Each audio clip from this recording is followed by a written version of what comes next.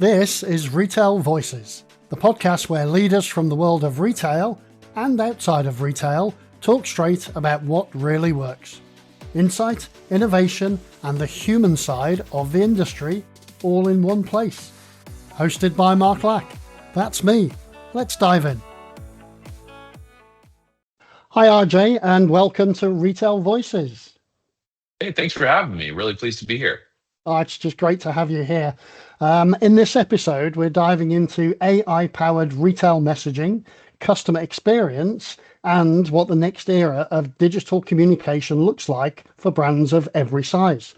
RJ is the CEO and founder of Backstroke, a platform built to help retailers send smarter, high-performing customer messages powered by AI.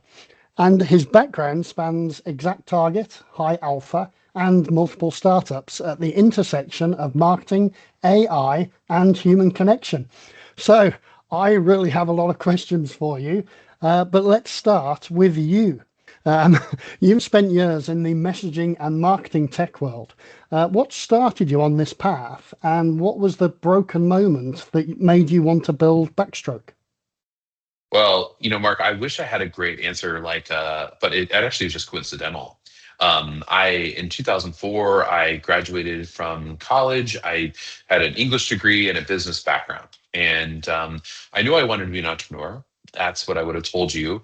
But I might have also said I want to be a professor because I had an English degree. I ended up getting a master's in creative writing.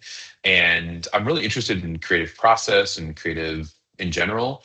But I needed to get a job. And so I had a friend who was working at a tiny startup. It was called Exact Target. I literally didn't really understand what they did. And it was 2004. And it was just the emergence of email marketing as a channel for digital marketing. And I took a job, believe it or not, as a deliverability consultant. I was the first deliverability consultant hired by Exact Target, which allowed me to get really close to our customers, learn how email is sent, the technical stuff underneath, as well as the strategic stuff on top, and worked really closely with retailers ranging from Home Depot to Nike. I mean, I was, and working with big brands on deliverability best practices from technical to strategy.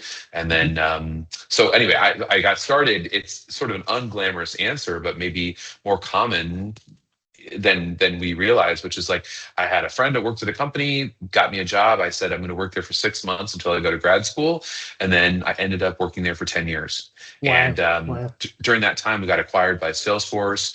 And then I was the VP of product for all messaging products, including email, SMS, and other channels for the Salesforce Marketing Cloud. And I found that there was a nice blend of my interest in creativity because it's all about being creative and messaging in combination with emerging technology as it came out. I was an early adopter of all the mobile tech. I was the third in Indianapolis to have an iPhone, and I was on the board of the Mobile Marketing Association. I mean, I was early to all these technology capabilities, and then blending it with creativity and marketing strategy. So I've always, in my career, found myself at the emergence of new technology. I had another startup that I sold to Shutterstock.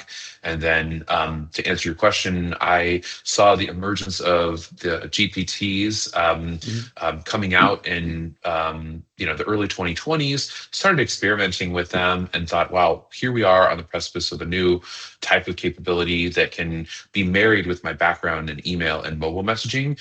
And I dove right in. And no pun intended, but that was the start of Backstroke. Fantastic. I mean, obviously, from the 2020s, all the different GPTs that have sort of come up and all of the AI explosion. And I think everybody has been for the last couple of years at a stage of FOMO in terms of AI. So it's interesting. It's an interesting time for everybody. You've got, on the one hand, you've got all the people who are scared that it's going to take everyone's jobs and this and the other.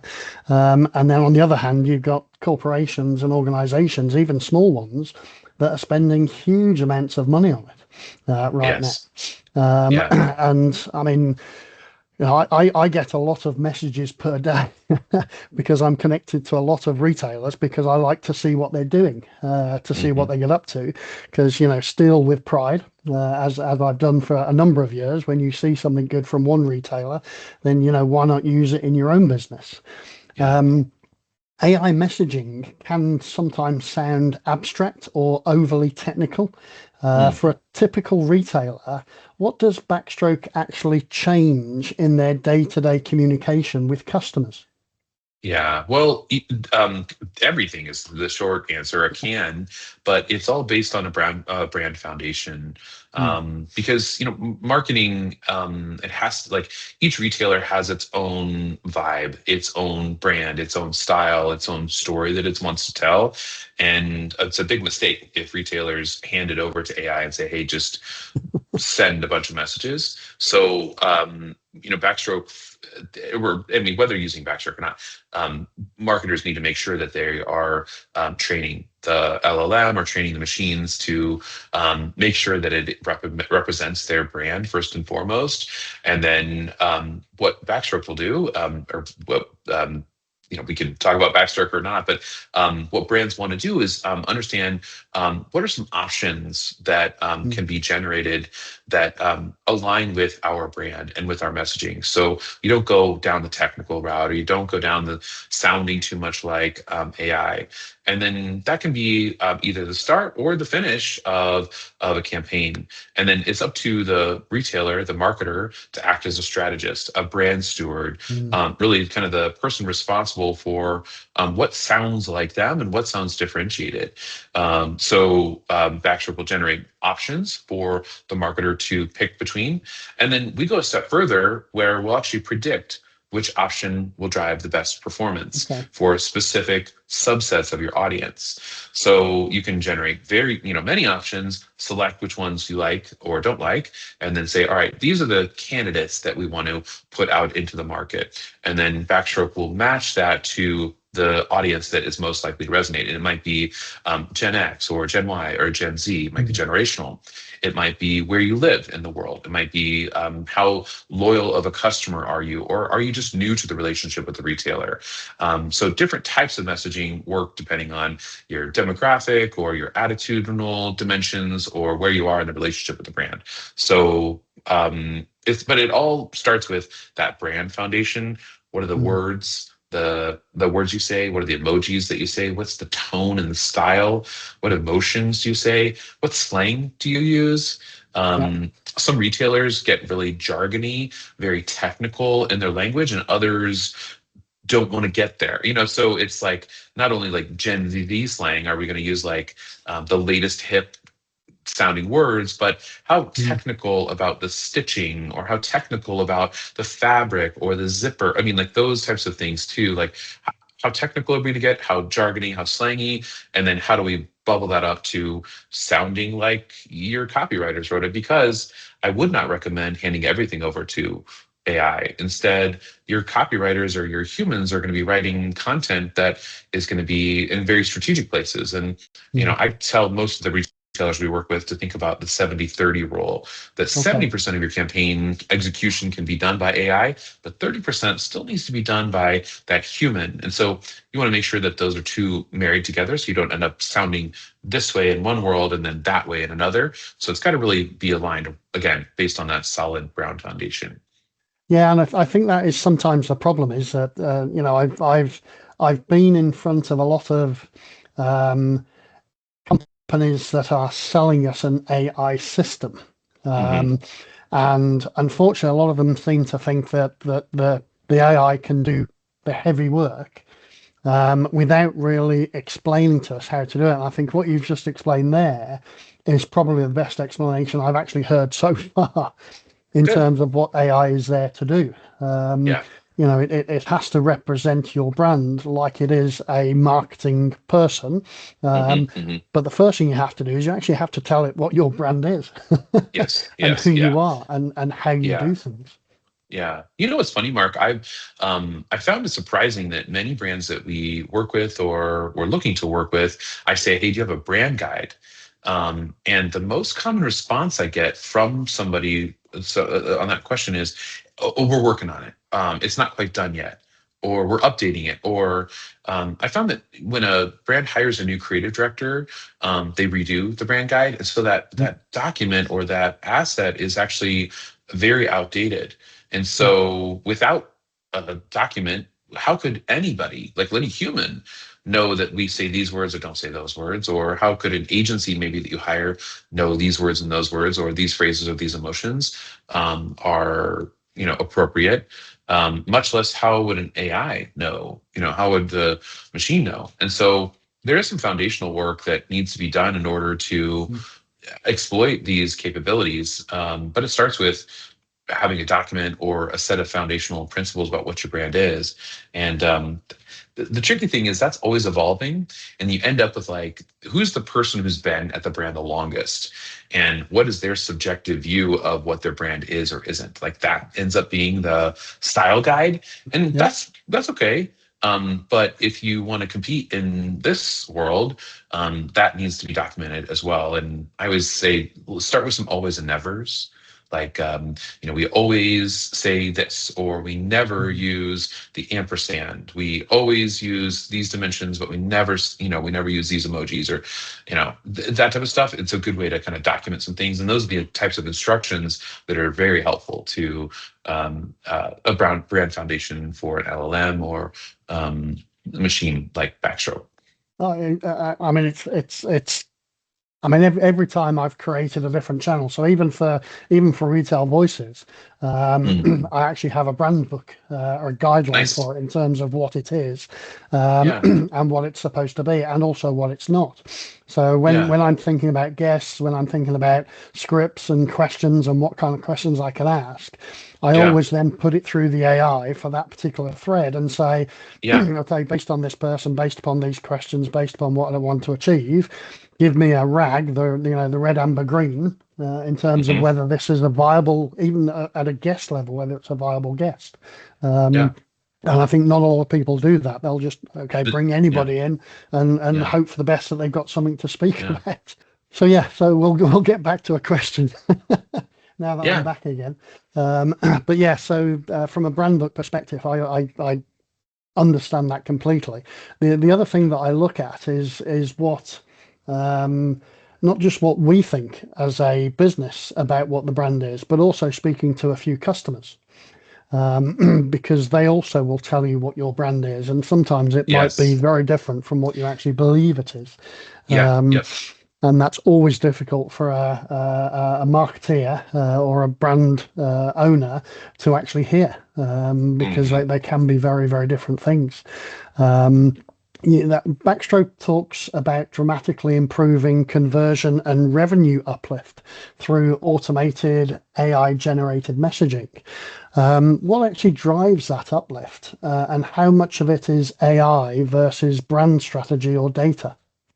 Yeah. Well, what we've done at Backstroke is create a set of algorithms that map to the demographic profile of top performers in Mm. the retailer's list. So, what is the demographic profile, and/or what are the patterns of behaviors that lead to increased purchases? And that's actually something AI is really, really good at, which is to Mm. understand patterns that a human may or may not be able to detect.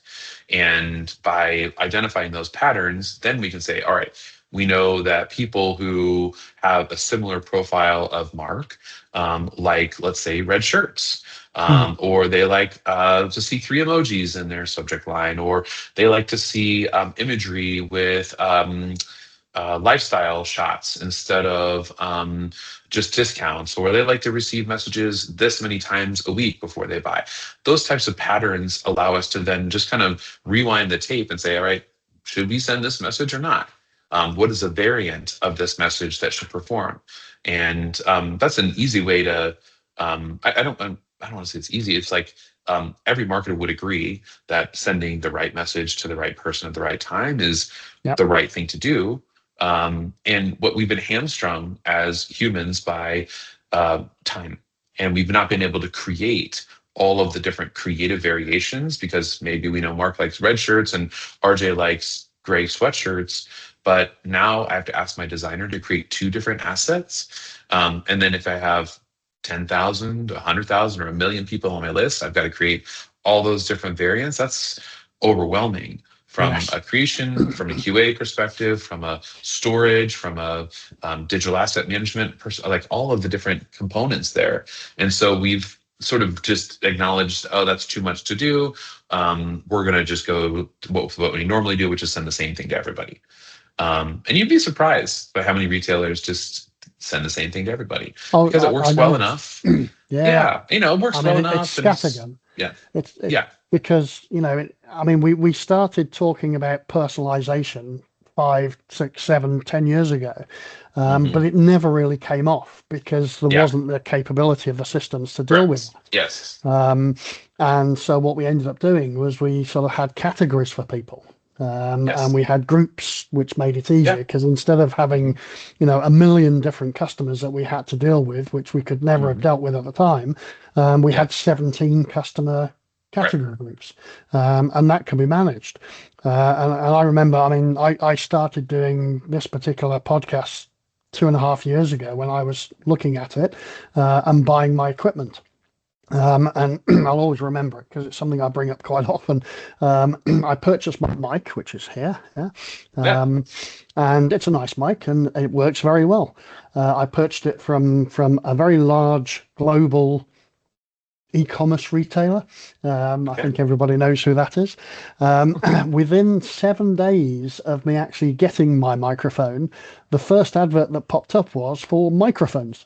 Oh yeah. I thought, well, Yeah. I've just purchased. I don't need another microphone. Maybe I need the boom arm. Maybe Yeah. I need a Right. Right. new, Right. whatever on it. But I don't Yes. need another microphone when I've just purchased quite a good microphone. Um, so that sort of got me from that perspective when we're looking at personalization. Because if even Hmm. Amazon couldn't do it, then how Hmm. can smaller guys? But I Yeah. think now with AI, it allows Yeah. you to look at different things. I mean, we set up our customer engagement program and we were able to look at very limited things like purchase habits of certain items.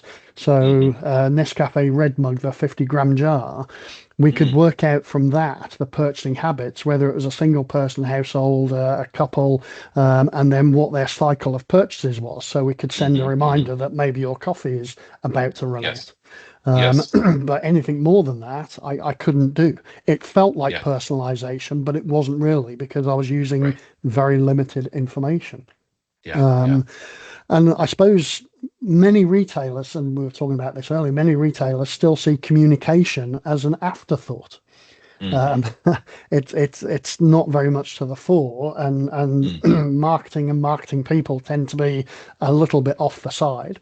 Um, so, do you think customer messaging is now a core business competency on a par with merchandising or supply chain? Yeah, yeah, 100%. Yes, absolutely. I think that retailers have to be in that game, and I'll tell you why. Um, it's table stakes because so many of these brands want to go D2C, Mm. and retailers have always had the advantage of the customer that they could really use to get the brands to do what they wanted them to do, and that's still a lot of the case, but what I see is that brands think, oh, now how can I create my own audience? How can I cut the retailer out so that I can restore my margins or operate with or without the flex of these retailers? So I think enough brands have demonstrated that they can operate D2C, and then they're going to retail, trying to get distribution through retailers after that the landscape's changed. So yes, I think retailers then think, all right, how do I get the customer to come back in to not only buy this item, but actually the other swath of items and not buy those things directly from a subscription service or from one of my competitors, et cetera. So yes, absolutely. I think that, and I think retailers already know that, but Yes. I think the competition has forced it.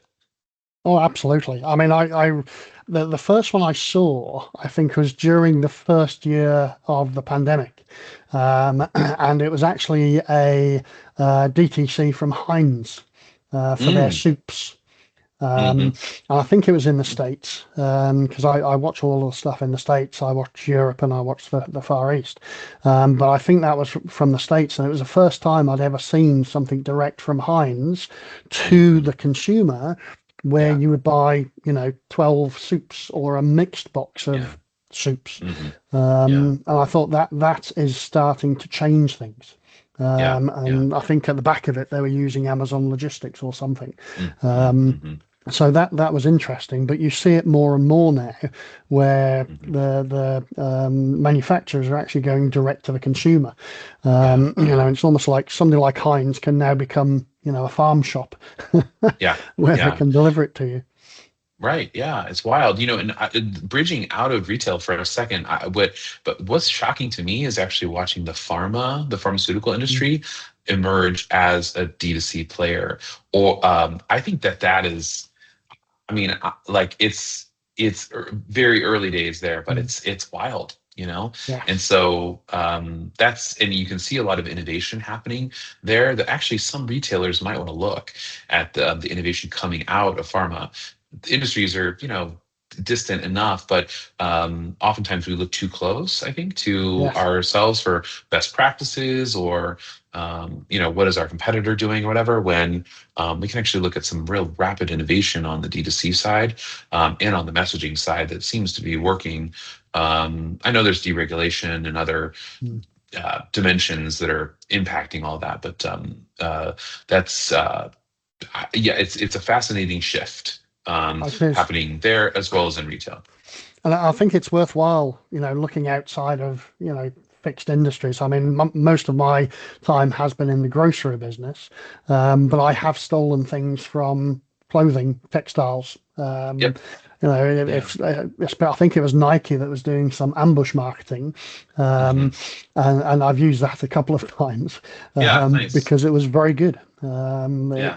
It was a very good way of doing things. Yeah. Um, I suppose if I look at myself being of the older generation, um, there's a fear still that across retail that AI automation will make brand communication feel generic or robotic. Hmm. And I Yeah. see it in a lot of, again, I get lots of marketing mails every day. And one of the biggest indicators is the M dash um, Oh, yeah. that AI seems to use all the time. And we Yeah. tend, as humans, when we're writing emails, we tend not to Hmm. use M dashes. But AI Yeah. likes M dashes because it uses Yes. English correctly as much as Hmm. possible. Hmm. So, Yeah. how do you balance automation at scale with with authenticity and brand voice? Yeah. Well, I mean, so you're talking to the wrong guy on that one, Mark, because I have a creative writing, I have a master's in creative writing. So like, I love an M dash. I think Mm. it's cool. I love, someone told me that you should never use a semicolon because all it shows is that you took some English class or something. And like, I think I think some of those techniques, but I think a lot of copywriters would agree with me that like writers like to use these different techniques because Mm. it, spices things up. I think the M dash has gotten a bad rap with marketers as kind of the signal that AI is being used, and Mm. I mean, there's kind of two dimensions to that. One is like, like what's going to be like and we've already seen it that AI companies and companies like Backstroke, we say, hey, do you want us to use the M dash or not, or do you want us to use Mm. this signal or not? There's some phrasing that happens often in AI language, which is kind of the point counterpoint.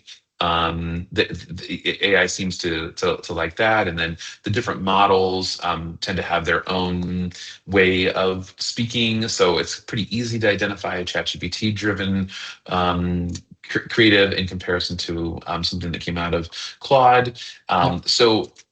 But that's like kind of early days. And I think maybe the underlying signal there is that marketers want to look at each other and be like, gotcha. Like I see it, I gotcha. I don't know. I mean, I don't know if the consumer really can do the same kind of gotcha. But Mm. what the consumer will do is they'll say, "This doesn't sound like the brand. This Yes. sounds different."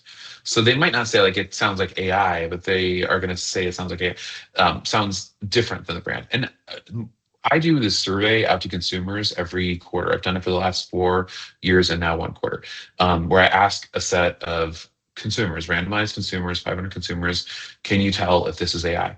Can you tell if this is AI? Can you, and like I give them samples and which of these are AI, and they can't tell. Yeah. Consumers cannot tell. They can't It's tell getting what. better. Yeah.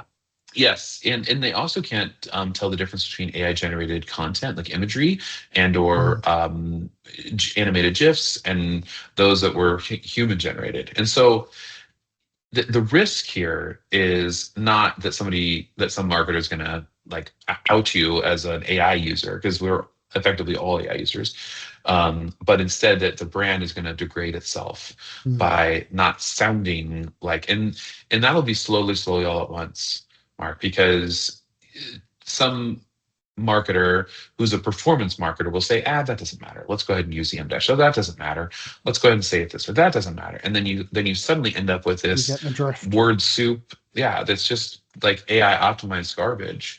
And they'll get short-term performance lift, and they'll probably get like a raise or a promotion, and they'll be gone from the organization. But the lasting impact on the brand will be there. And these we're in this early days where there's kind of two camps. There's a performance marketer and then there's a brand marketer. Mm. And the performance marketer is looking for the short-term win to make the numbers this month, this quarter. And then the brand marketer is at the table pounding their fist saying, no, that doesn't sound like us. That doesn't sound like us. And looking like in the wrong light, they're looking like they're old school, or Mm. they're looking like they are a gatekeeper. Yep. So like there's some Yep. interesting politics going on inside organizations between these creatives and the performance marketers. And it really is up to the leader, whether the CEO or the CMO says, no, we need to balance both, or they say, no, the brand marketer wins. And then the performance marketer is like, well, screw this. I'm going to go somewhere else where I can Yep. actually drive the performance that we need. But if that CMO says, let's lean performance, they're really going to jeopardize the overall performance. So it's about leadership. It Mm. maybe we're uh, I'm answering your question with like it's about the leader. Like how can the AI empowered leader honor both brand and performance so that their brand can stand up to these other AI powered brands, because we all are going to have access to the same set of tools, and and so how are we using those tools to compete? And if a smaller brand can effectively leverage those tools so that they can compete at a level that challenges some of these more established brands, then we're going to see some big changes, and I think that that'll happen. So anyway, That- and you that's a asked a good small thing. question, but I think it's a bigger one. So No, it is. I mean, it's a good thing because it does mean that some of the smaller retailers that are about can actually start competing with the very big boys on a yes, yes. direct marketing level or a customer communication level that they've never been Hmm. able to before. Yeah. Whereas now they can start doing that. Um, Yes. Yeah. but of course, there is some risk because we were Mm. told in the early days, and we're still told it a little bit now. When you look at things like privacy. And when you look at data that we have, Hmm. don't upload all your data to ChatGPT because then Hmm. it's with everything else Right. that's sitting in there. Yep. Yep. And people are talking about over messaging. What about things like hallucinations, especially when it comes to the brands? Because sometimes I used to work for Circle K, Mm. and I've created a shop interior with the Hmm. Circle K logo, and it Hmm. doesn't quite come out as Circle K. Yes, yes, yeah. I think that there's visual variation, and then there's also written content to worry about there. But side note, Mark, my son begs to bike to school on days where the temperature is there, because he and his buddies go to the Circle K and they go get slushies.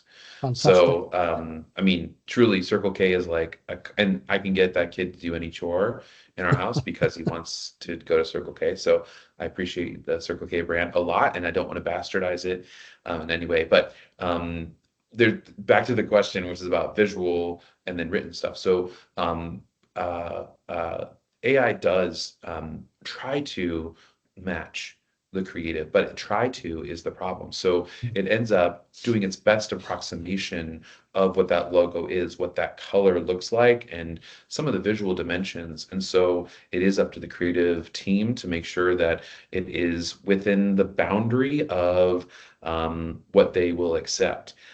There are different visual things that happen to things like logos, such that some AI solutions won't even allow you to Mm. mess with brands or with likenesses because there's some legal challenges to doing that. So they'll actually block from creating all those. But others that do, color variation, bleed, treatment, shadowing, those types of things all emerge from brands. On the text side, it's a little bit of the wild, wild west, to be honest. And the hallucinations are worth reading through because um, I've seen things from the best models out there change prices, for example, and that's concerning.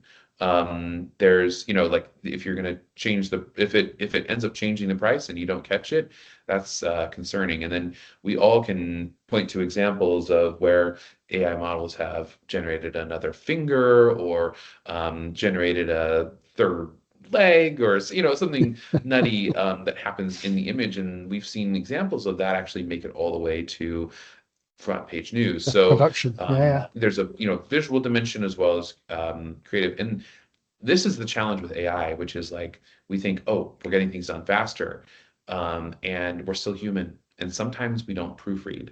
Yes.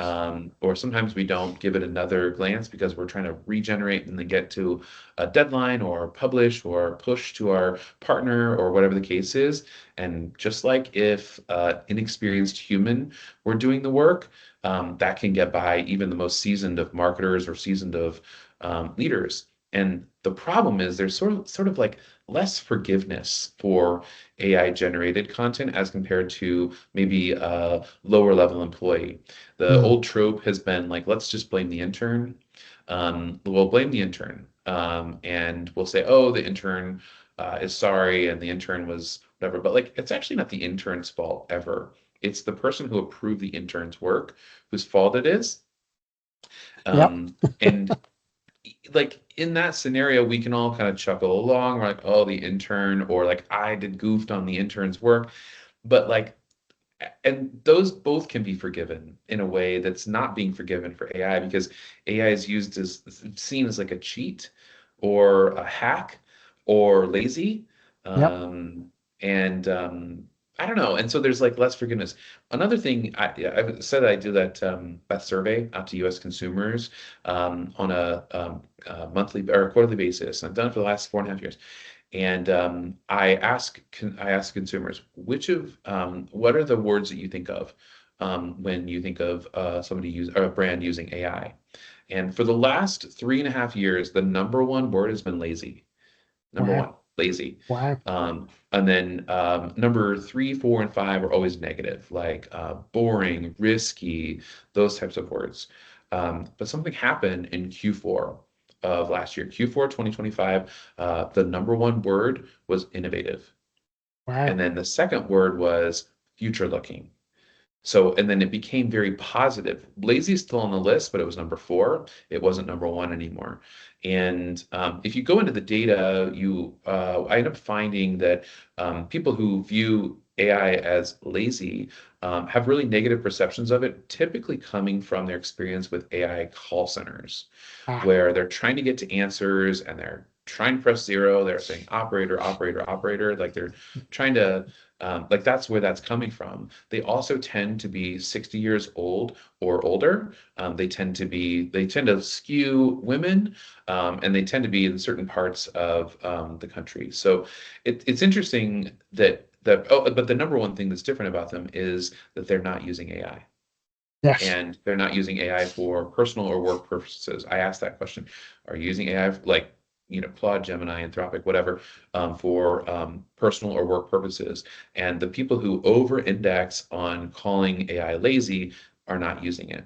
So, I think there will always be a subsegment of the population that doesn't use it, but that adoption curve has spiked. So many, most people, around 85% of people claim to have used AI for personal work privilege purposes. And those people view AI as innovative and future Yep. looking Yep. and that type of stuff. So there's a perception shift in the consumer market, but I think still marketers like to point out when another marketer gets it wrong, and it's sort of a popular thing to do is to like zing them. So Yes. and that can hurt your brand, Of and course. that can hurt your brand, that can hurt your perception at maybe the best. The worst is you publish something that costs you a ton of money, that is an egregious error, that's an offensive error, that is somehow racist or misogynistic, or it is like actually very, very harmful, and that is a risk for sure. But then there's this like that's the there's so that's something to be aware of. And then there's kind of like the honest mistake, like I Mm. didn't double check the price before it went live, and I can't blame it on the intern anymore. So But those things happen in, when we used to do the paper catalogs and send them out. totally, There could be a yes, price incorrect, and that's why we always used to have I think it was E and OE statement at the bottom in very small letters. yes, yes, So omission and errors exempt or something like that. yeah, I think it used right, to right, stand right, for. right, right, yeah, Whereas we tend not to do that as much anymore with the small yeah. print. Um, and one of the things you said before is that great messaging is the heartbeat of customer experience. So, Mhm. in your view, what do most retailers still misunderstand about customer experience or CX in 2026? Well, I I think that you were actually talking about this earlier, Mark, and I think that when you talk to a retailer or a brand marketer, they'll say something like, "Our customer is," and then they'll fill it in, and they'll generalize in pretty aggressive ways.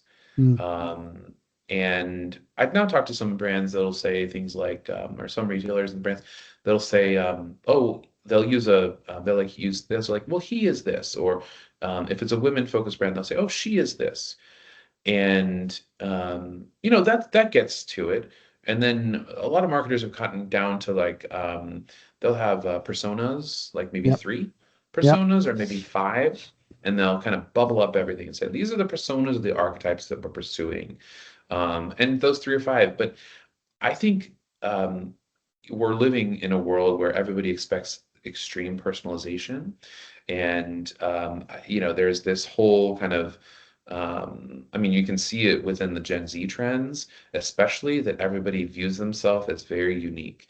I am unique. I am different. I am not one of your archetypes. In fact, I don't want to be categorized as such. And the internet like loves to place a label on something, yep. and marketers do too. So I think that it's there's a tension because a brand or a retailer is going to say these are the things we stand for. These are the brand pillars, the core messaging, that type of stuff. But then they have to figure out how to make it resonate with individuals um, in order to be relevant. And I think that's just a giant challenge. And I It's think that huge. whoever gets AI to work within a set of boundaries to personalize will win. And we're already seeing it, but Mm. that's the technology is now here, and consumers demand it, and brands that are going to win are going to exploit both. They're going to exploit that. And I think the other thing is that when you look at people's attention spans nowadays, Yeah.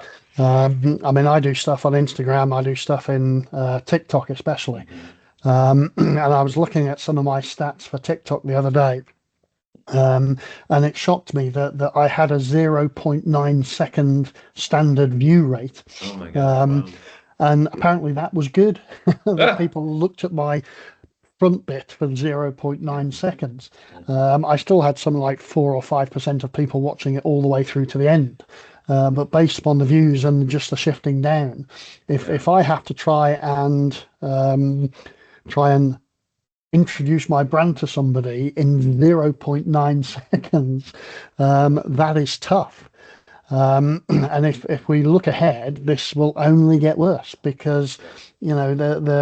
I mean, even from your perspective, what do you see as the major shifts in retail marketing and digital communication because of what's happening with AI, data, and automation? Yeah. Well, I can go literally all day long about the shift to hyper personalization. But what's interesting is actually the counter trend. Mm, I had the good fortune of being at an executive retreat about maybe 3 weeks ago mhm, with senior leaders from retailers from all over the globe. And they were talking about how they are really investing in in-person experiences, mhm, in pop-up shops, in um, customization workshops, in in-store, in-person, in real life personalized experiences, and that consumers are tired of seeing like uh, getting targeted in the same ways mhm. and buying the same thing that everybody else has. And so what they're craving is things like thrift shopping Mhm. or discovery and finding something that's uniquely mine. And this is a lot driven by Gen Z, but it's also driven by a lot of the technology overload that we're all a part of. And so, how can I create an authentic experience? How can I really interact with people who are either representatives of the brand or the retailer? Or how can the retailer facilitate an experience that is, in fact, differentiated? And Mm. so several of the retailers were explaining their in-store experiences that just killed it.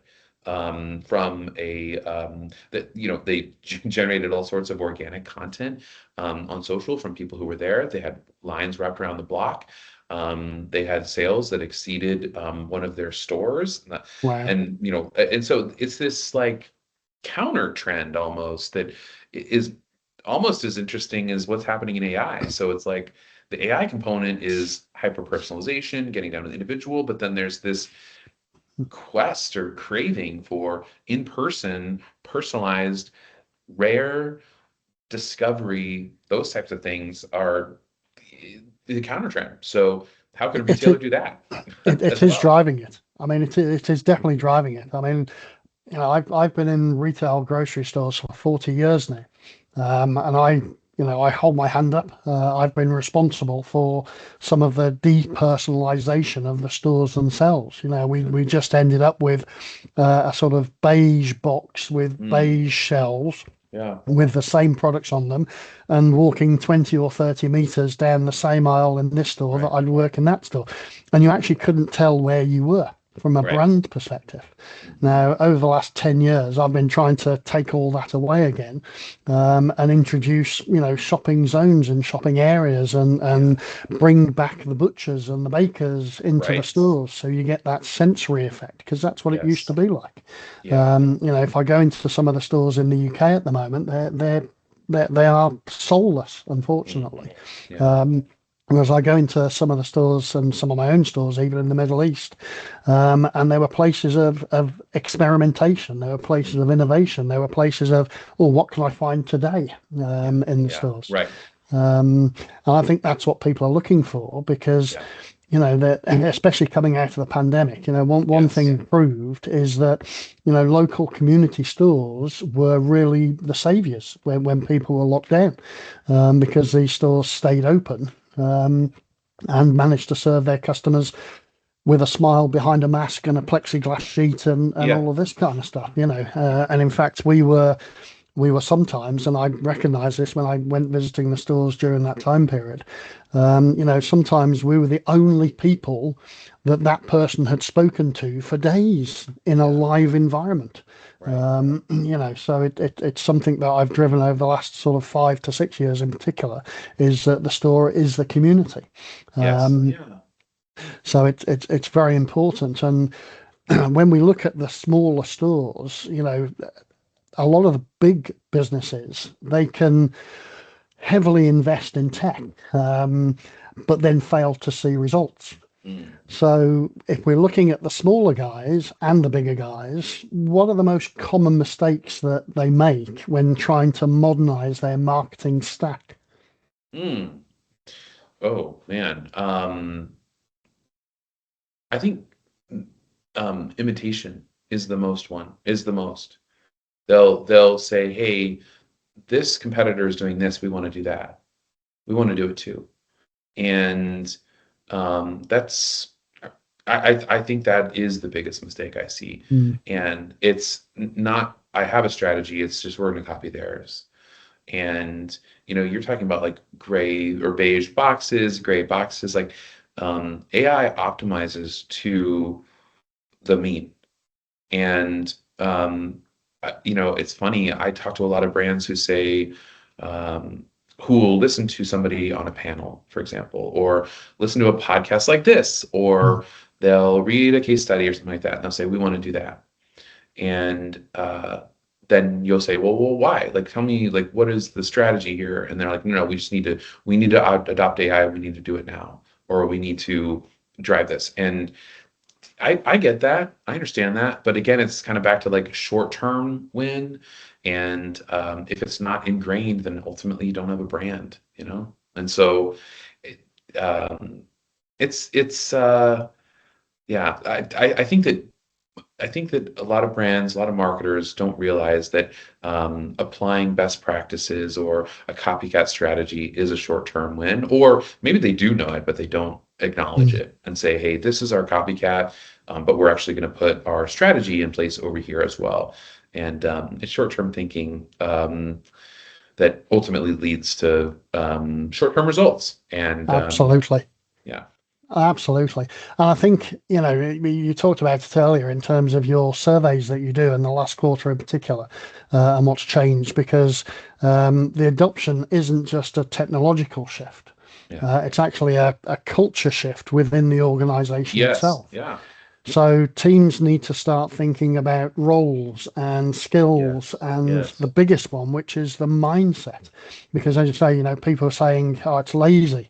yeah, I mean, I do remember when we started using AI 4 years ago. Even I felt myself using it. It felt lazy. yeah, Um, but over time, obviously, I've sort of graduated myself into thinking, no, this is really productive, yeah, yeah. because I can get a lot more things done with it. So, how do we get that mindset change? You said it's already started, but how do we make sure that mindset change is sort of locked down? Well, it's measurement is like from a leadership perspective, it is measurement. How are you Mm, measuring the impact of the technology investment or the AI that you're implementing? And it could be the number of experiments that you run and say, like, we're going to do an experiment each week, and the result doesn't matter, but we're going to look at the win or the fail and then understand it. But we're going to do 52 experiments this year and we're going to share it. I know one brand who has created a dashboard that counts the number of hours saved by AI, and that each department has a certain goal in terms of the hours mm. saved, and they look at it on a weekly basis and in their management meetings. So that could be a potential way to do it. But I've seen organizations in the past reward failure as a way to incent people to take more risks because Yep. ultimately, Mark, what we're talking about is risky. And as humans, we are programmed to avoid risk. Like in our DNA, we are trying to look and act and fit into the group. And what we're doing right now is it's risky. We're experimenting in a way that we don't know what the official answer is. And Mm. so instead we're trying to mimic, or we're trying to say we're going to do it like that, like the a brand that we see being successful, or their version of it that's published in a case study. And so whatever leaders can do to incent through activity and rewarding or acknowledging failure in an authentic way, I think is the way that we're going to get over this hump. At that same event that I was at, the somebody smart on the panel said the work of 2026 is to experiment within AI. Like that Mm. is the work. I think there, you use the term FOMO, which I love. I think there is this feeling of like everybody else is ahead of me, everyone else is ahead of me. I think that there are maybe some brands that are way ahead or some retailers that are way ahead, but I think everybody's thinking the same thing. We're all feeling like, oh, we're behind, we're behind, we're behind. And oftentimes when that anxiety strikes, we avoid. As humans, that's Yes. what happens when you have anxiety, you avoid and you go back to best practices, what's working, or you say, I'm too busy too.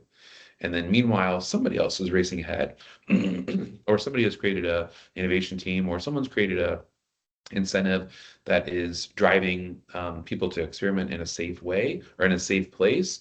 And then in 2027, we're going to wake up and be like, okay, let's go and do what that brand did, or let's go what that retailer did. But then, it'll be too late to get any margin on that win. So we have to embrace an experimentation culture, reward failure, and measure it in some sort of number of, or hours of, or potentially revenue derived from, Mm. in a way that isn't feeling risky to humans that are risk averse. I mean, that's, yeah, I mean, humans risk averse. There's a lot of retail CEOs that I know, and I've been there, that are also fairly risk averse. Yeah. So I'm going to slightly change my next question for you. Um, I'm the retail CEO, and I always get my CTO and my CMO Yeah. asking questions and wanting money generally, because Yeah. these are Of guys course. that these two are the ones that spend money.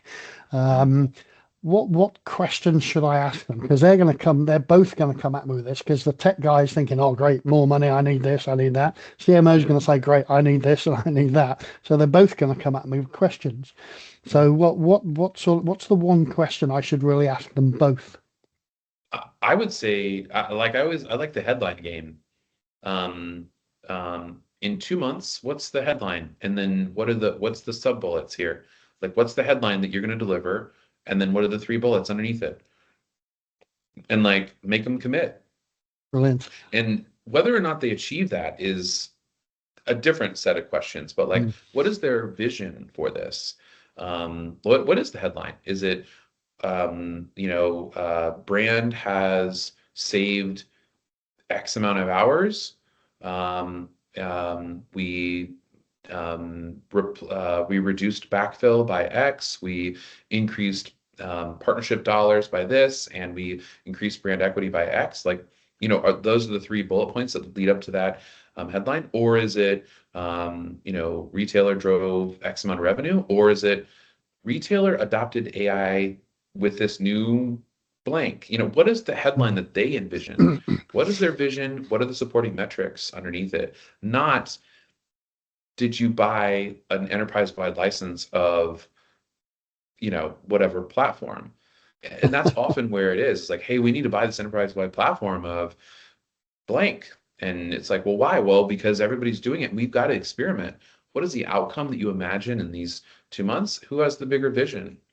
Or not the bigger, but like, who has the vision that aligns with what yours is, or what you've told the board, or what you've told the market? Like, that's what I would do. And then in 2 months say, all right, let's sit down. Did we hit the headline or not? And then figure out what the consequence. And that word is a neutral word, because it could be like, what's the consequence? Well, we need to invest more. Or Mm. the Yes. consequence is we did hit those numbers, or we were really wrong about what we thought, or we failed miserably. So I don't know, like but consequence, or the outcome, is what prevents people. Yeah.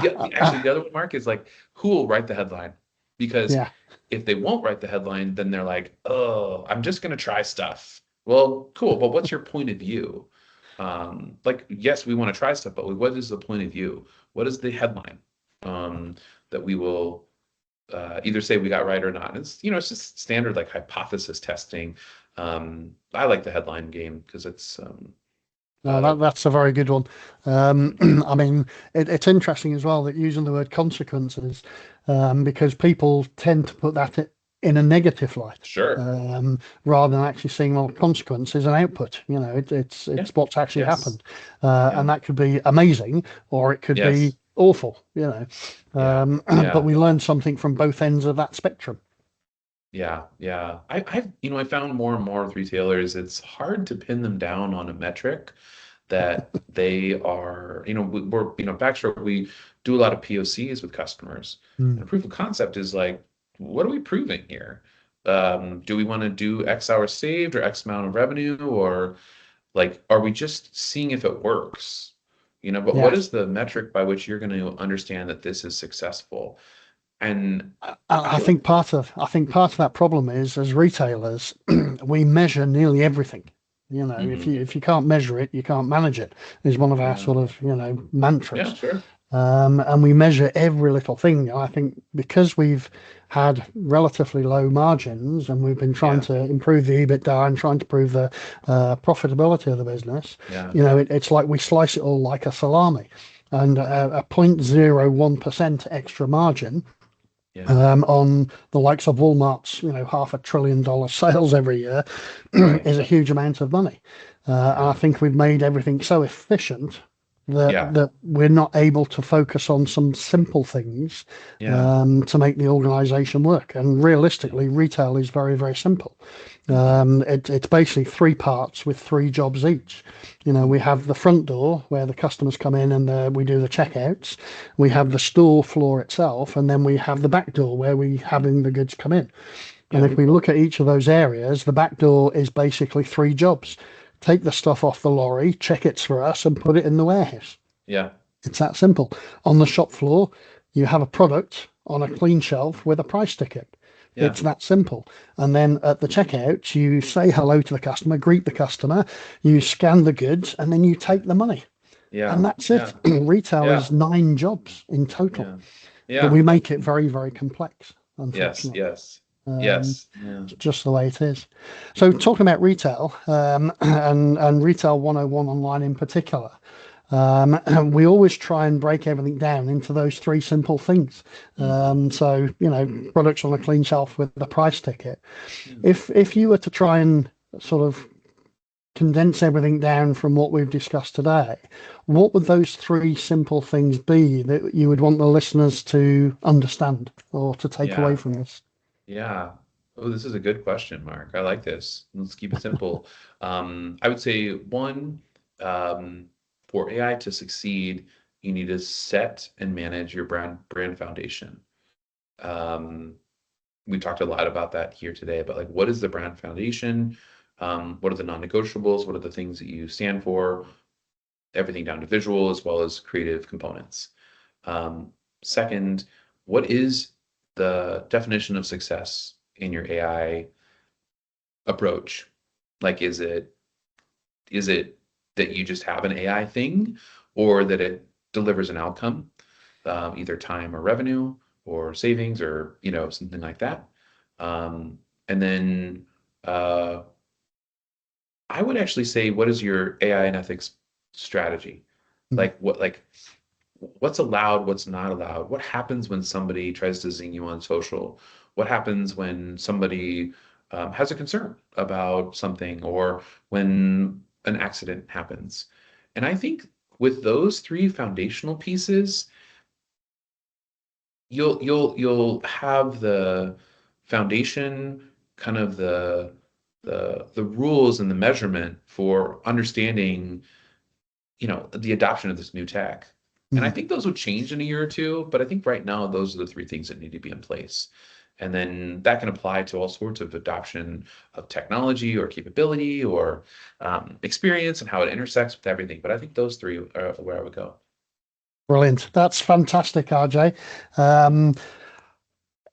I mean, all of my questions have now been answered.